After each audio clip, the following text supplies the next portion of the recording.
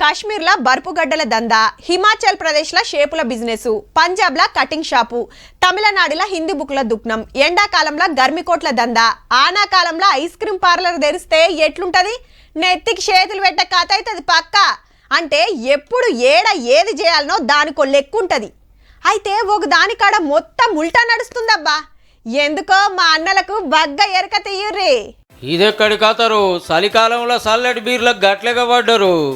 బీరేంది దాని బిషానేందని నెల రోజుల్లోనే 40 లక్షల 48,000 కేసులు గుంజి పడేసిండ్రట. మళ్ళా అదే మందు చూస్తే ఉత్త 27 లక్షల 17,000. అంటే చలికాలంలో గరం మందు కంటే 13 లక్షల కేసుల చల్లటి బీర్ల పోతే బగ్గున్నట్టు. అంతేకాదు 100కి 33 వాళ్ళు బీరకాయల దందా పెరిగిందట. కుద్దు ఆప్కారోళ్ళ లెక్కలే. లెక్కకైతే ఎండాకాలంలో బాడీ కూలింగ్ కోసం చిల్డ్ బీర్లు, చలికాలంలో బాడీ గర్మి కోసం ఎర్ర మందుకి ఎగబడతారు. కానీ ఇప్పుడు రివర్స్ లో నడుస్తుంది. కాలం ఏదైనా బీర్ కీసలే. ఇప్పుడే కొత్తగా అలవాటైన వాళ్ళు ఫస్ట్ టేస్ట్ చూసేది ఇదేనాయే. మూత గుంజి మూతికాడ పెడితే కథం. రేటు సుద్ధా మస్తు పరాకు ఉంటది.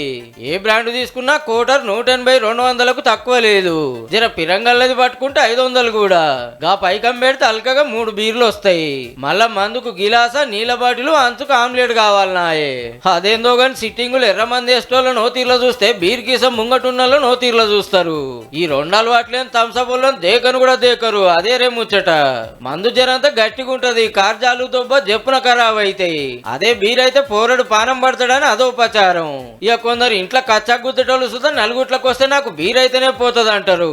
కానీ చలికాలంలో గిట్లుందంటే ఇక రేపు వచ్చే ఎండాకాలంలో మనోళ్ళ బీర్ల దూపకు దినం దుగ్నాలు లూటై బొత్తలు నిండుతాయేమో పో.